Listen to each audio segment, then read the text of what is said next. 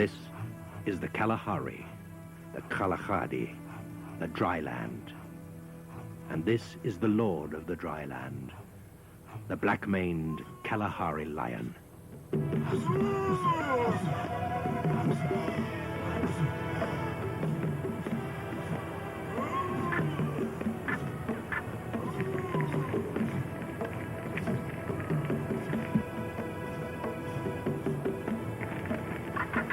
A black Koran flies up and over the Kalahari, center of the largest expanse of sand in the world, stretching over much of Africa, from above the equator to below the Orange River, from Namibia to Zimbabwe.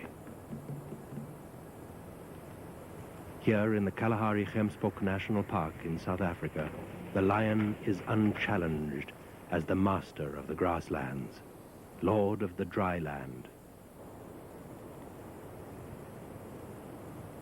And this is the lion of our story, a story that will take 3 or 4 years to tell, and the lioness of our story, his mate-to-be.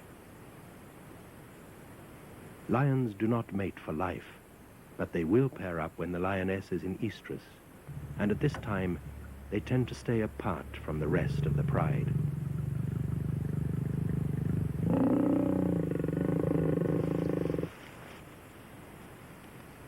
Now, let the courtship begin.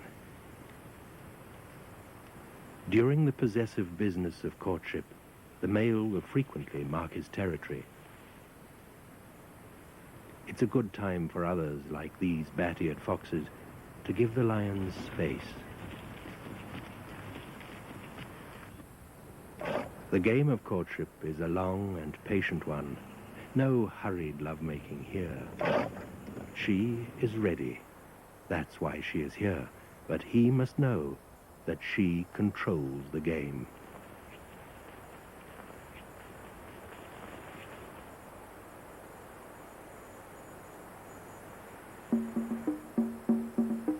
Under the circumstances, lesser creatures must abandon the shade. While back in the comparative cool, the game continues.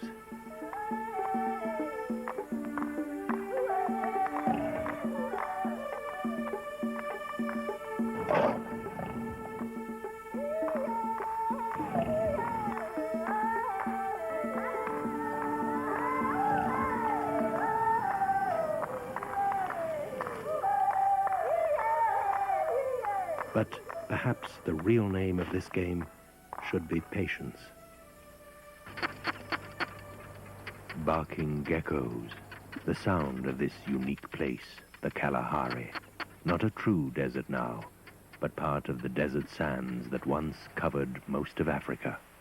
Certainly a special place for this courtship. This process requires a great deal of scent sniffing, and this phenomenon called phlegm, when the male pulls his lips back to reveal not only his teeth, but a special gland in his mouth that helps him to assess the lioness's sexual state. Territory marking is frequently done by urine spraying.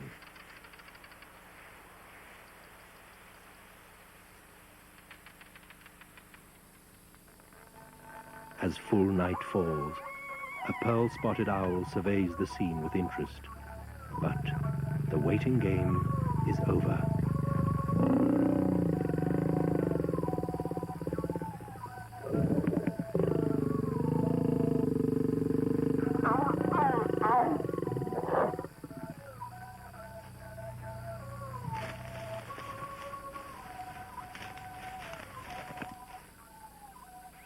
Thunderclouds indicate a promise of rain and perhaps some relief from the heat, while other denizens of the Kalahari keep a watching brief. A brown hyena and a black-backed jackal.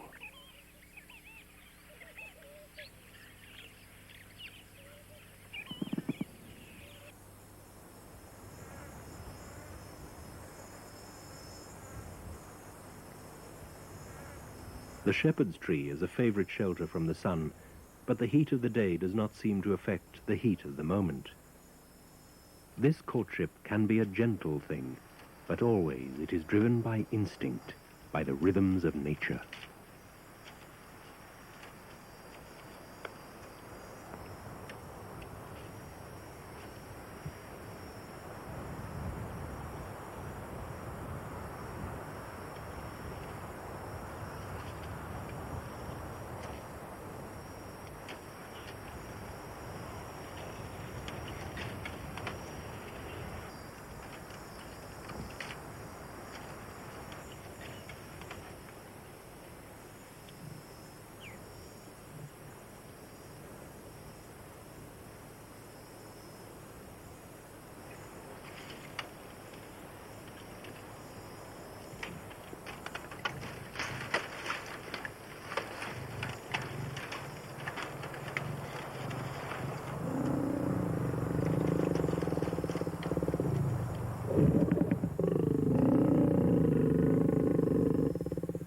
Once they settle into a pattern, lions will mate with staggering frequency, day and night. The period in which the lioness is in estrus varies considerably, from just one day to possibly over a week. On average, a lioness will mate perhaps 300 times during her estrus period, and yet a successful pregnancy occurs just once in 4 or 5 such periods.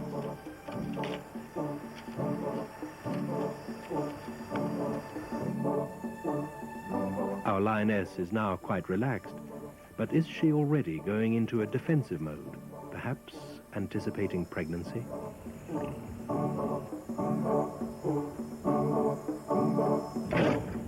A passing Cape cobra is persuaded to keep moving. These lords of the desert are often referred to as the black-maned lions of the Kalahari, but there are as many magnificent golden-maned males here as well. Ah, staking his claim again. Although basically the same species as their cousins elsewhere in southern Africa, our Kalahari lions are generally fitter, leaner than their relatives, as survival in the comparatively harsh conditions of the Kalahari requires that extra edge. Our lions will be inseparable while the mating lasts. They will think of little else during this period, and may even lose some condition, as eating is of very secondary importance.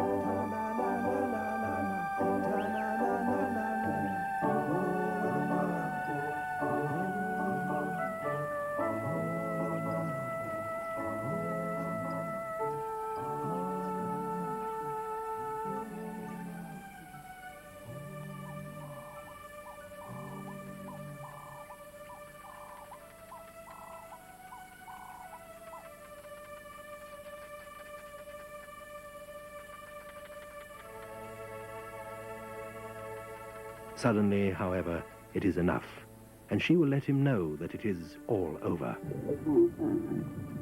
Then they will move back to rejoin the rest of the pride. They are accepted back without question, for this is all part of a perfectly natural process.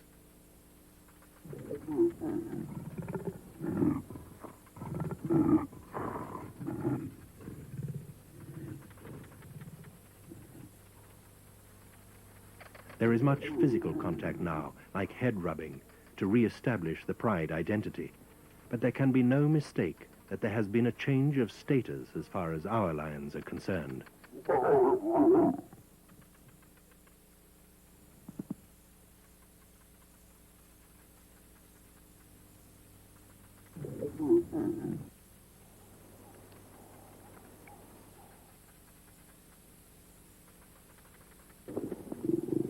There is a distinct change of pace.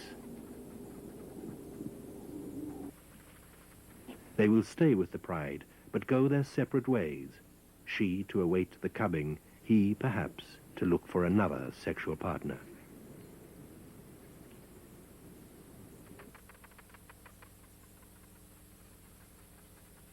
The lioness will avoid the male lions now, and for the duration of her pregnancy, which is a little over 3.5 months, she will rely on the pride's other lionesses to help her to hunt.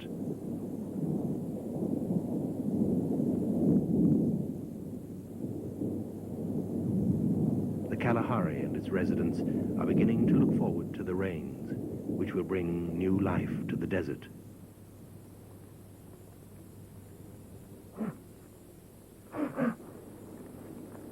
For some time now, there has been a general movement of game across the wider Kalahari in search of better browse and grazing, for it must never be forgotten that this is a dry land.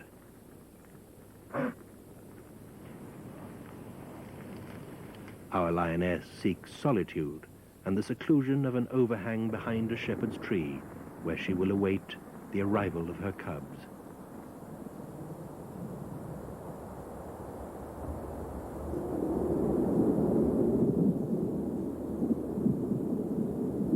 rains are looking more certain now. And the creatures of the Kalahari, including a giant eagle owl, can sense it coming.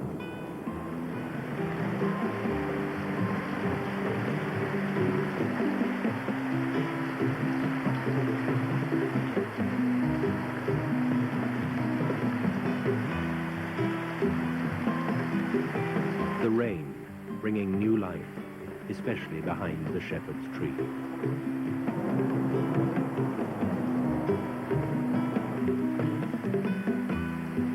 She has given birth to 3 cubs, a fairly average litter, and they have arrived at what will become a time of plenty, for the rain will encourage new vegetation growth, which will attract more grazers and browsers, which will mean more prey for the predators.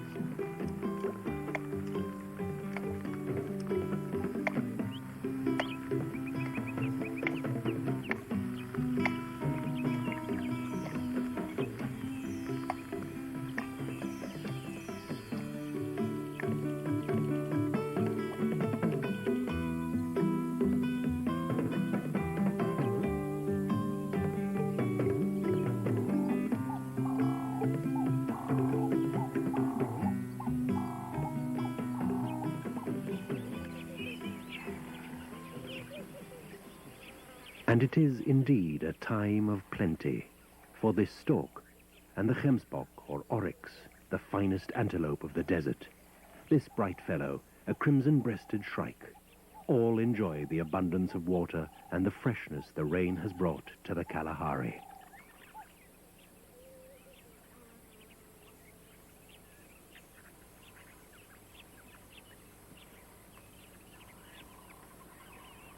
In the shelter, life is settling into a certain routine. Our cubs are virtually helpless at this stage. They still have everything to learn.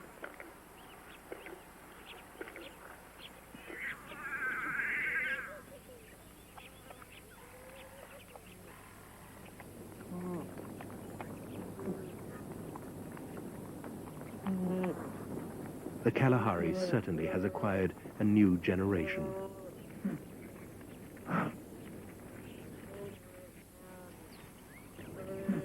The cubs will be kept away from the pride for about 6 weeks, although they will be moved from time to time, so the lioness needs to think in terms of providing for them. She needs to keep her milk plentiful, but there is plenty to eat out here now.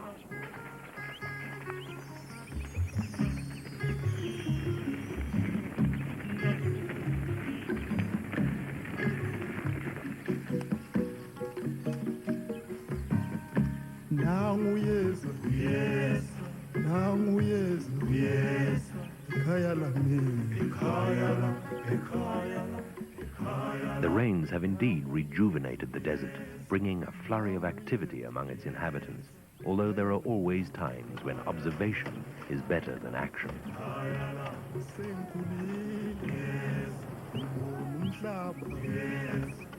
The springbok are particularly active, producing lambs in large numbers. This bountiful food supply is especially significant as far as the survival of our cubs is concerned, both now, before they are weaned, and later.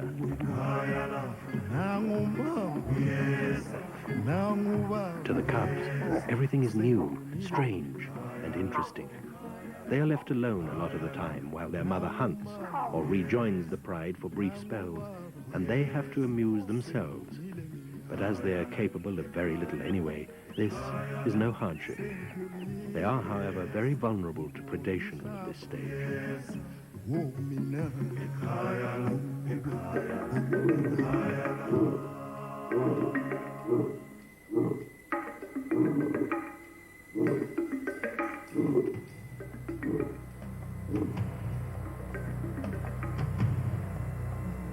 The father has returned, and this could be a threat.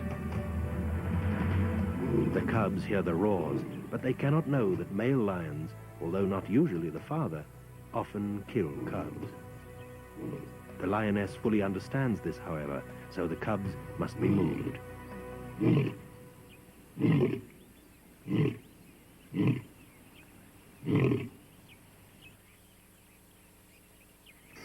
Of course, to the cubs, it's all just another game.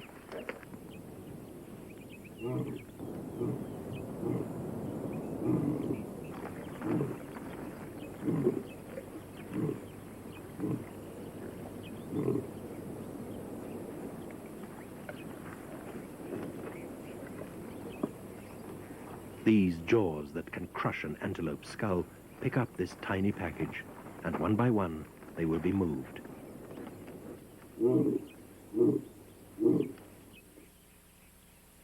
While one is taken off to safety, the others must wait their turn.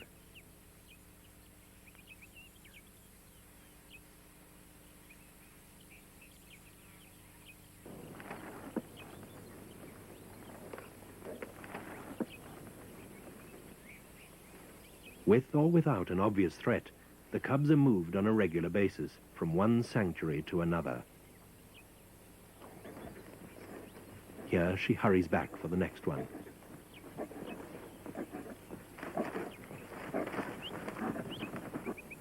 One reason for the regular moves is to prevent any one place from acquiring too strong a smell.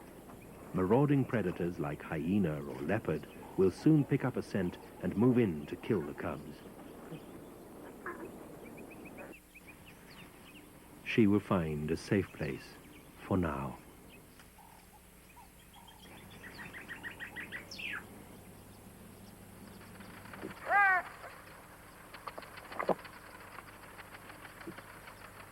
The night always brings its own threats. It is the time when many animals are active, including the lions.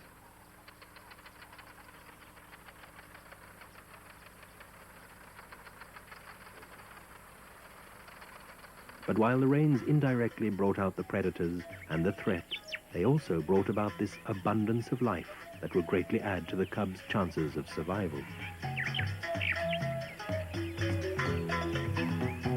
Tama melons, a reservoir of water that is delicious to eat too, and which keeps many species like the gemsbok alive during hard times, and a myriad other species, insect and plant.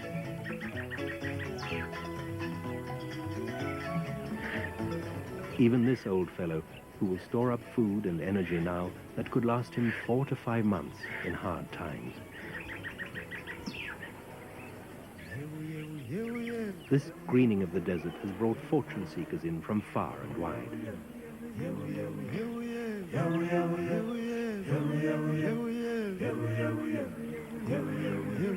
Like this flock of Abdim storks, visitors from further north.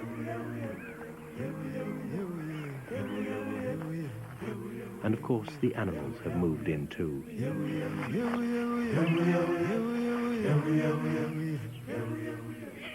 Meanwhile, in the cubs' new home, all is not well.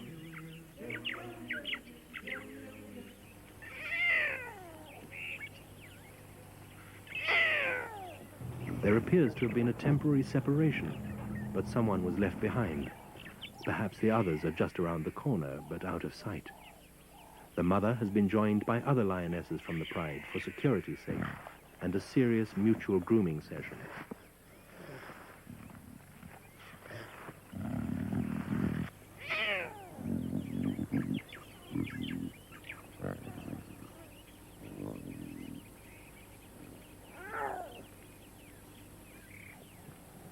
Can they really be this unconcerned? They are not, however, the only occupants of the area, and these spotted hyenas are not going to ignore the squalling.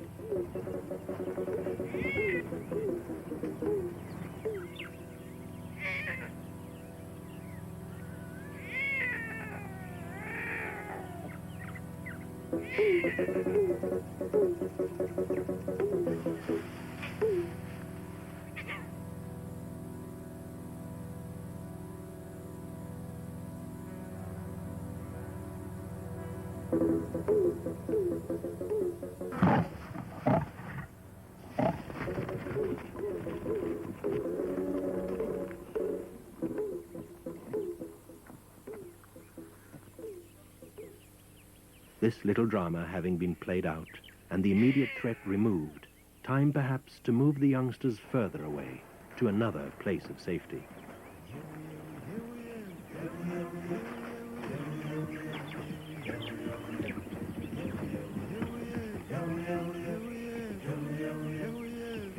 Meanwhile, everyone, including this dignified secretary bird, is enjoying the temporary lushness that has covered the desert floor. There is a definite joie de vivre in the air.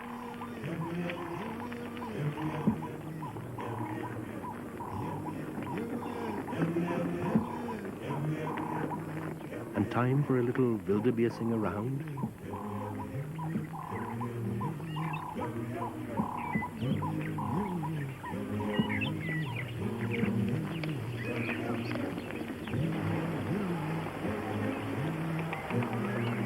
Visitors are flying into the park from all over. White storks join the Abdins.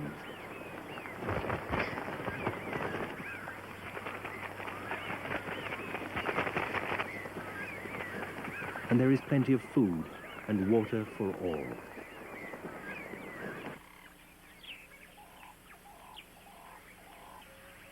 The ubiquitous kite, no visitor but a year-round resident, stocks up. So does a colorful dragonfly.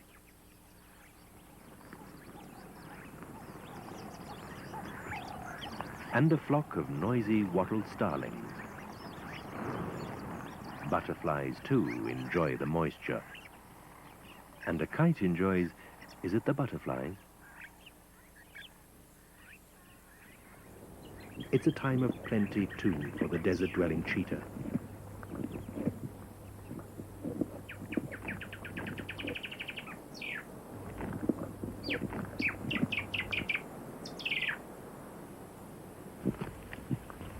Plenty of leftovers on a lion kill for a black-backed jackal. And the well-fed lion, uncharacteristically, is not interested in contesting the takeover.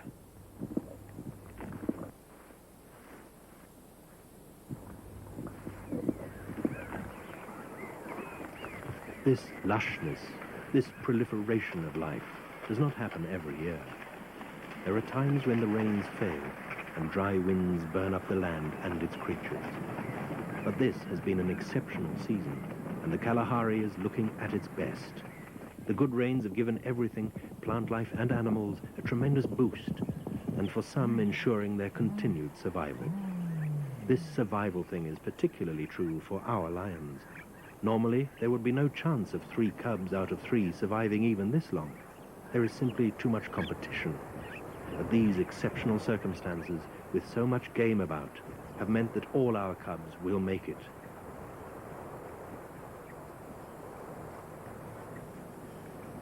It is nature's way, however, that the seasons must change, and dry winds sear the land.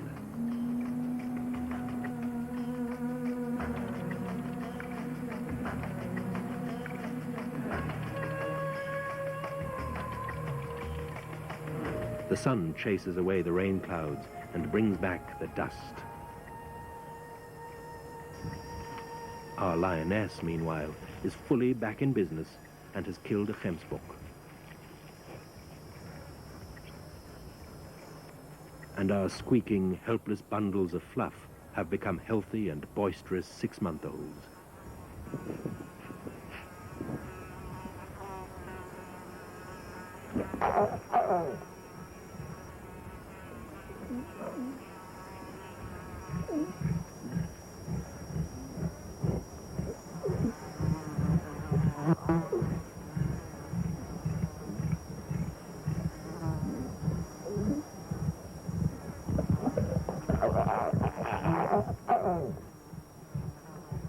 This is a time of learning.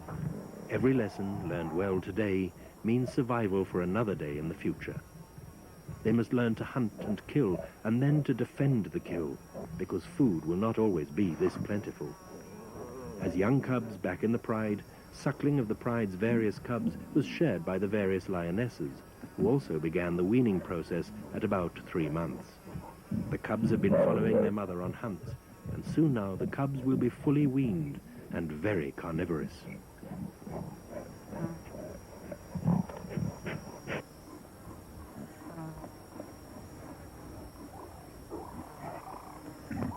Right now, though, full bellies indicate a postprandial 40 winks.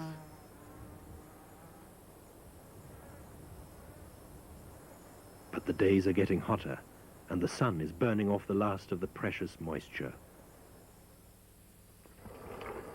And the nights are becoming more fraught with lurking threat.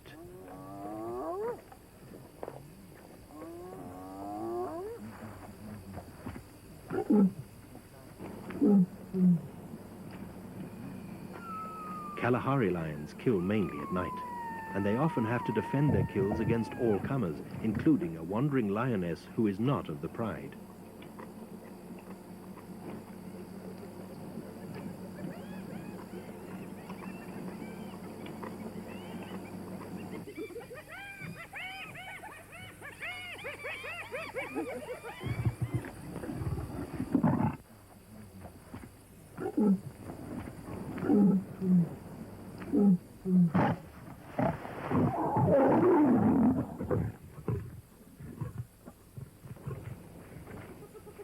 Competition for food is becoming keener, and out here, only the strongest survive.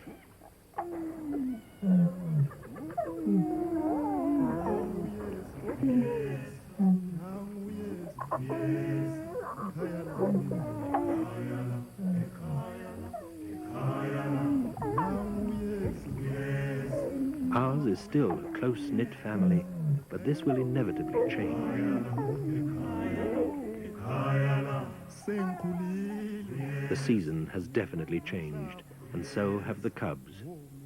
They are about a year old now, and beginning to take things more seriously. They are beginning to think about hunting for themselves, and engage in play hunts with each other.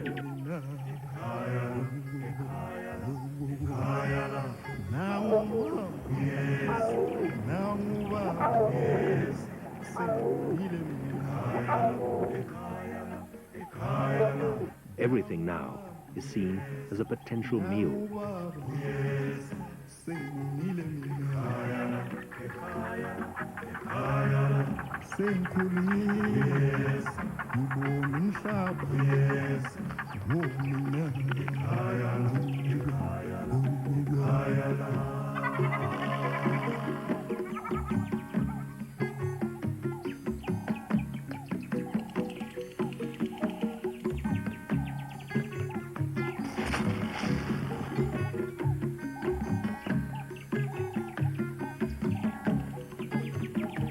Every day, the sun. The rains should be on their way, but all is just promises, promises.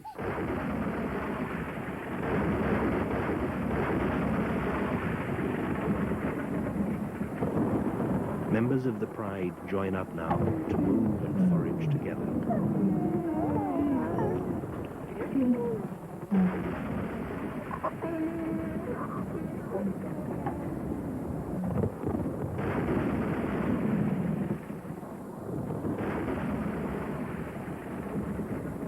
The first tufts of mane, of real malehood, are beginning to appear.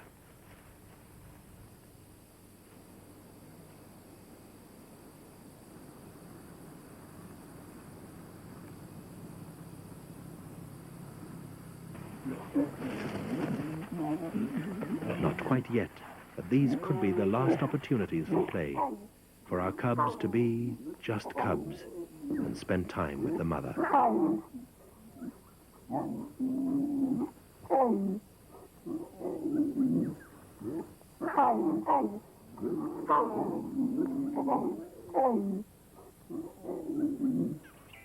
The seasons pass, and still no rain clouds, and still no rain. The land is drying out. The cubs, now rapidly becoming sub-adults, must start to move out on their own. By learning to work together in this usually harsh landscape, they have a better chance of survival.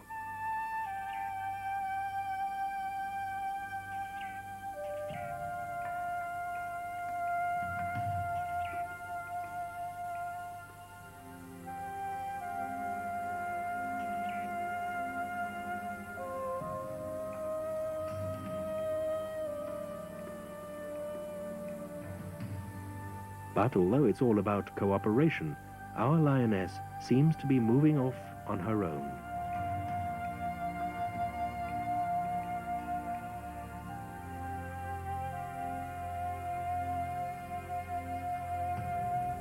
But there is less food around for everyone now. The pickings are not so good.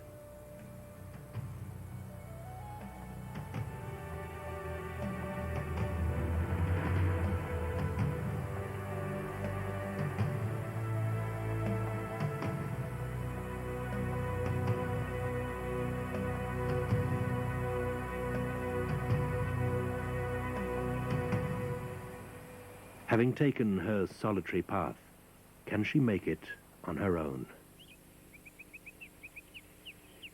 Now all residents of the Kalahari have become opportunistic feeders, including the Bateleur eagle.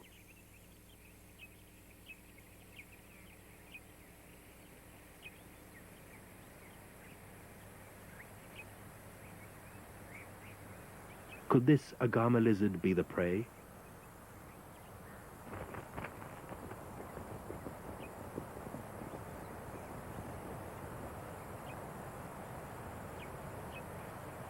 It's a tense moment for everyone.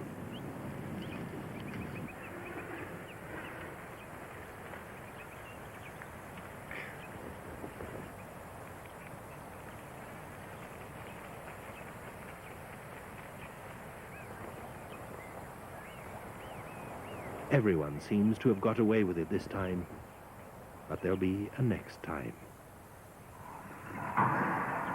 The hot wind blows across the Kalahari.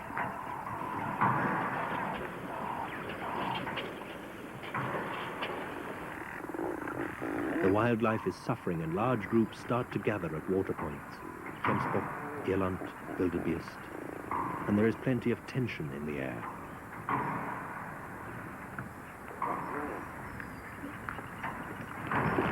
These water holes, provided by the park authorities because the game's natural migration routes and access to traditional water sources have been disrupted by man's fences, become focal points for the game, and competition for the water is fierce. Black-backed jackal vies with wildebeest and springbok.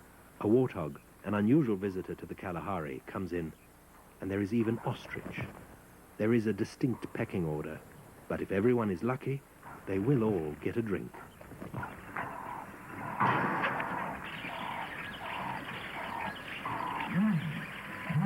But even the artificial waterholes cannot supply enough for all the game all the time, and some species start to move out of the park and into the wider Kalahari. The real scavengers start to gather, white-backed vultures these. The cloud-filled spectacular desert sky reflects little of the tragedy that has to unfold beneath it, for these clouds bring shade only, and nothing else.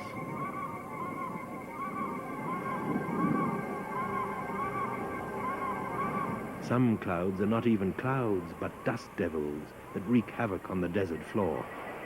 Conditions are deteriorating rapidly now, with the hot winds whipping up dust storms which suck up the last of the moisture, dehydrating even the animals.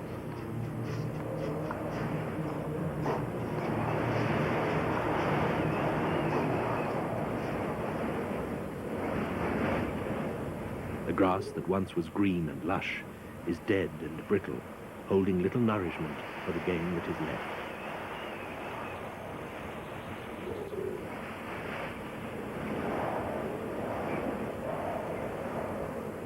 Our lioness is now alone on this empty plain.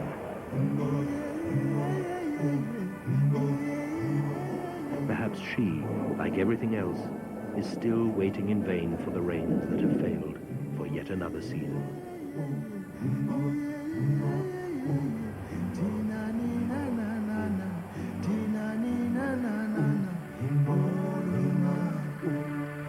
Most animals tend to move at night now when it is cooler.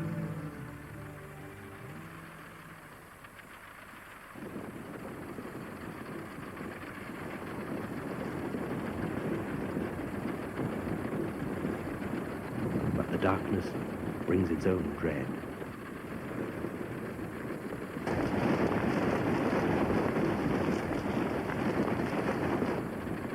Our cubs have become young kings in their own right, 3-year-old nomads who must now fend for themselves.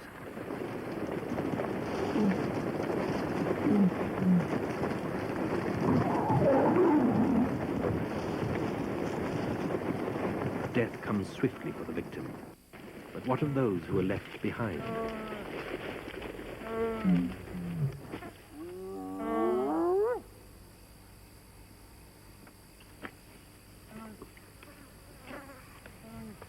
A feast for the king can mean food for others too.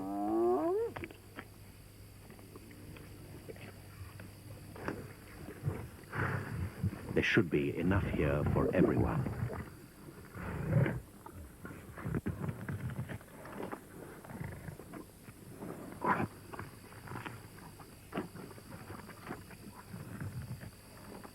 Kings don't eat stomachs, but jackals do.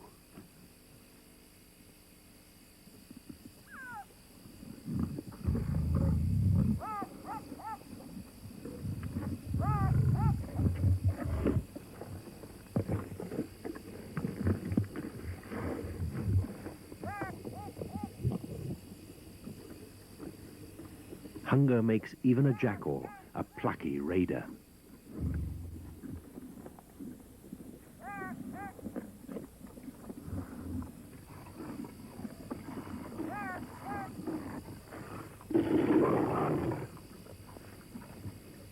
This particularly churlish behavior, this dog in the manger, if I don't want it, nobody gets it, is an attitude unusual in the wild.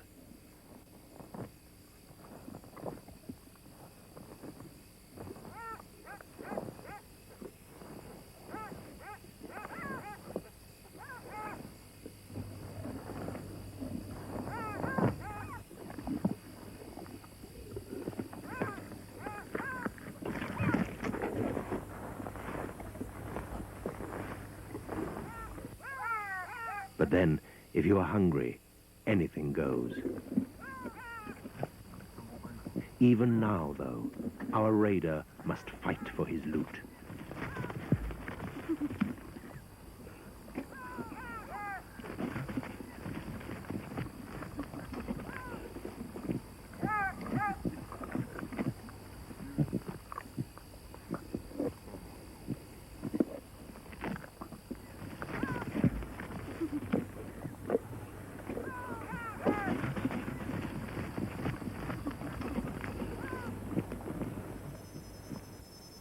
Dawn must eventually come.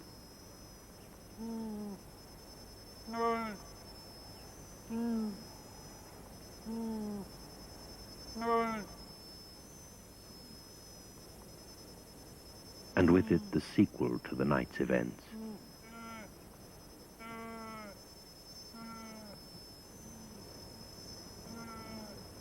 The lions return to the remains of the wildebeest cow.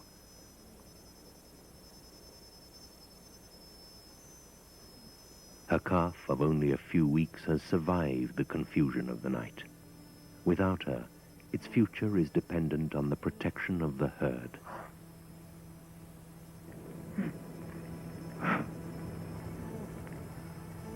Lost and lonely, it reaches out to known company.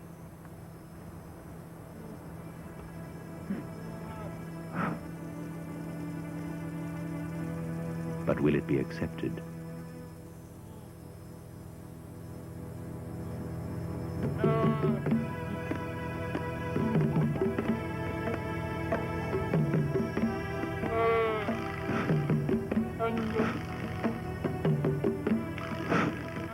This is no time for the weak and the helpless.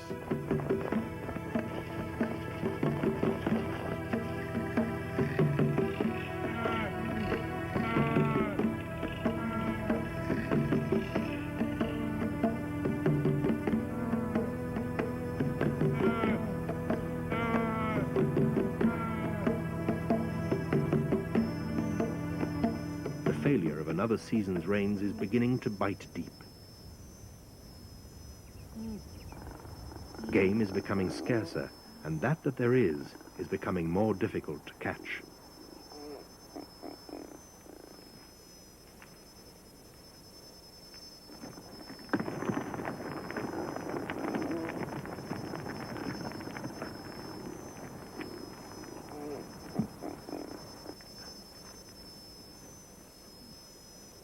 Our lioness, now completely alone and without her mate, is having trouble feeding herself.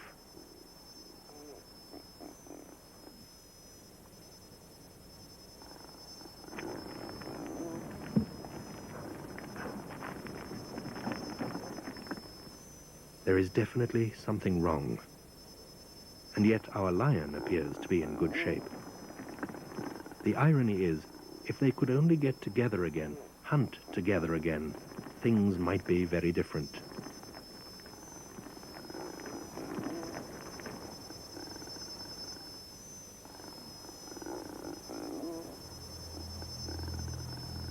But it does not seem that this will be. She seems destined to be alone, but in this cold winter dawn, is she making one last appeal?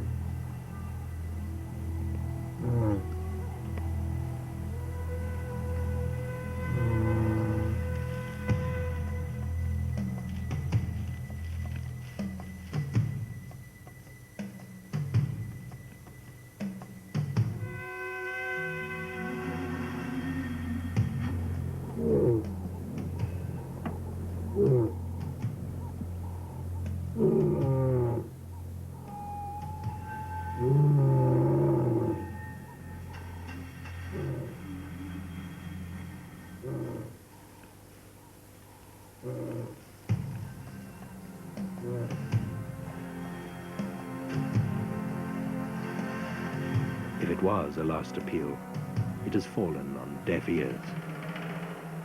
This is a time of death, a time for the scavengers. The pickings are lean for all the Kalahari's creatures, but competition is keen even for the pickings.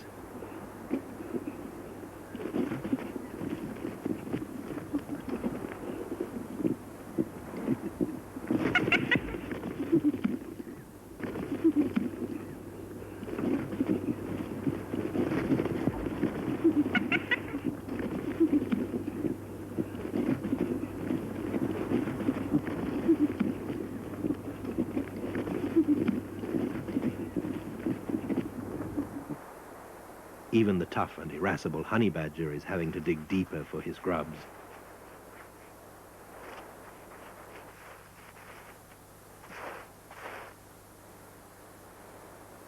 Digging or pecking, it's for what's left of the food.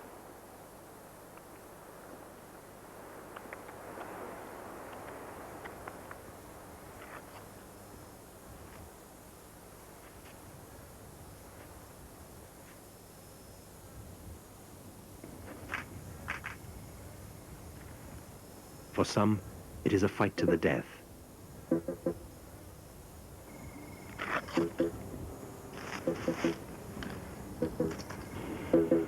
For others, a constant search for sustenance.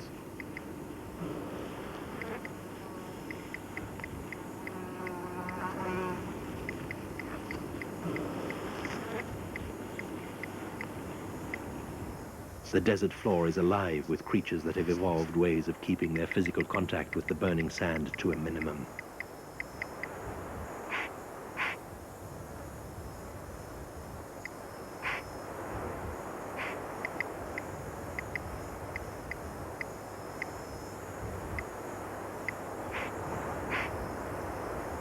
The hot, dry wind burns everything in its path, but then even it stops. In its place, there is just heat. The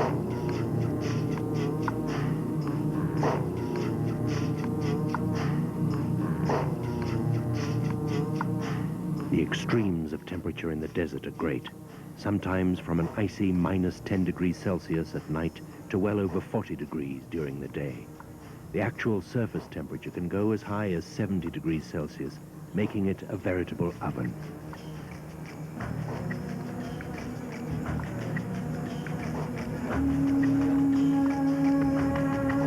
Even the hardiest desert dwellers are moving on if they can.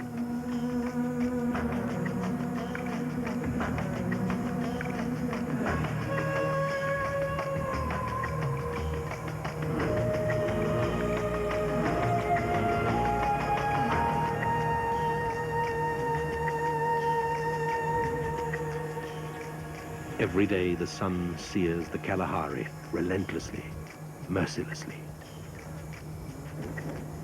Nothing escapes the devastation. Many animals, even the toughest, succumb.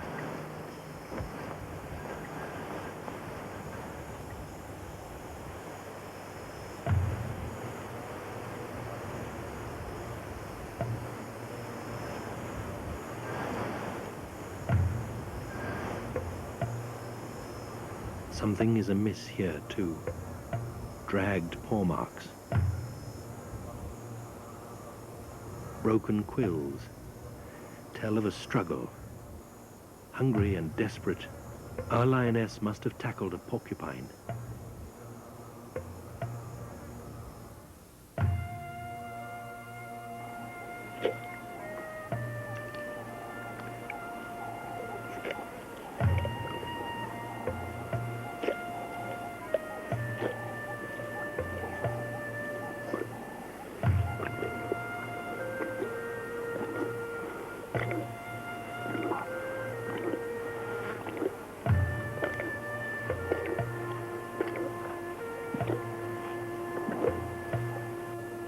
Kalahari lions are known to kill and eat porcupines, but in this encounter, in her weakened state, the lioness clearly came off second best.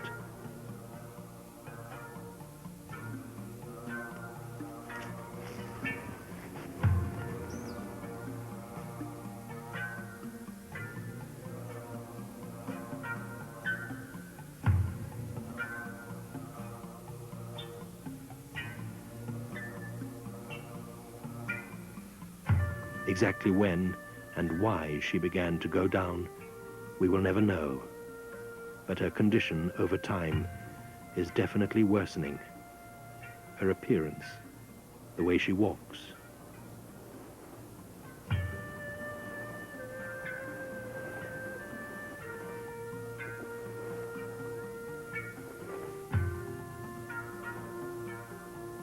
Even her tracks tell us that she is sinking.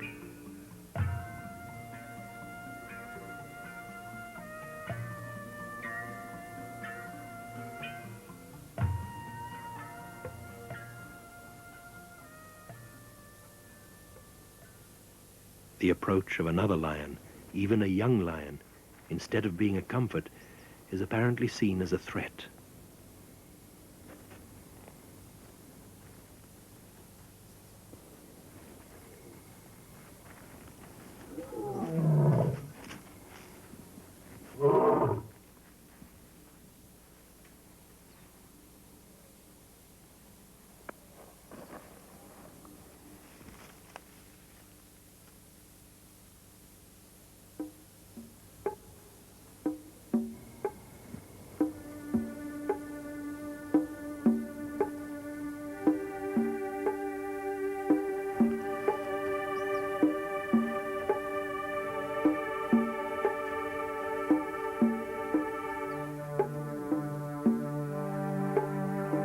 Alone again.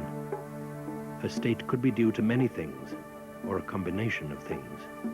Did the wounds she sustained in the tangle with the porcupine, not to mention the quills, fester, or was she injured in a chase? Did she pick up an infection which weakened her and made hunting difficult? Maybe she even fought with another lion. Whatever happened, she has gone from being a Kalahari lioness in her prime, a mother, to this, in just a brief period of time.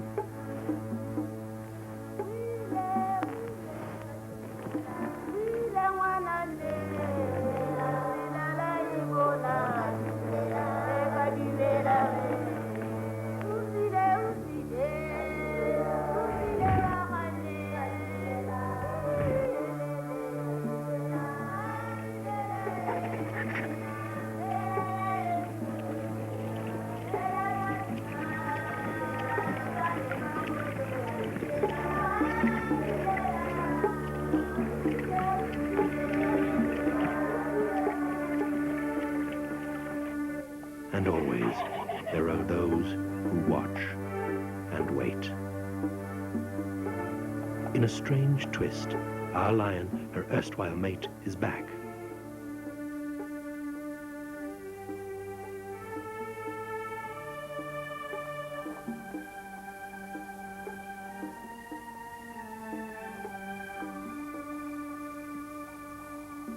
But this is a harsh place, and the desert lets some live, and perhaps others die.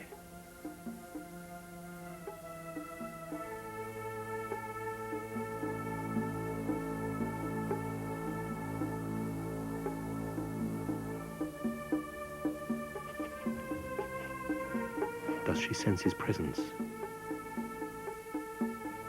Because they do.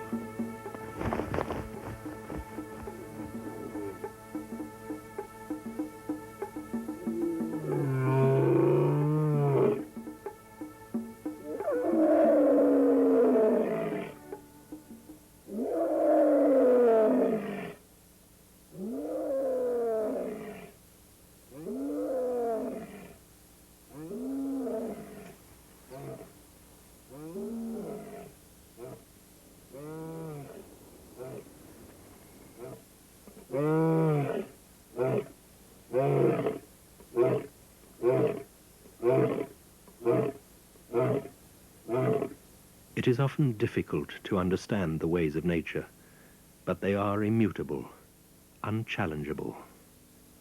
They once joined in primeval passion to ensure the future of their kind, a very special kind, the lions of the Kalahari.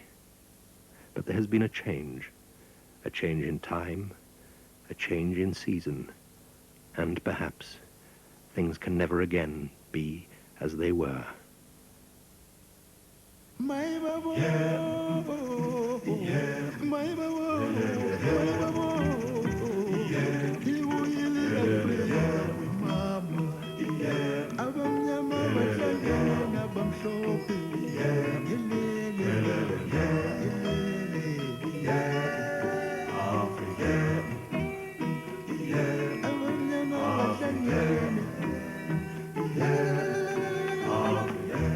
There is little romance, little softness, even less emotion. There is just the harsh reality of surviving or not.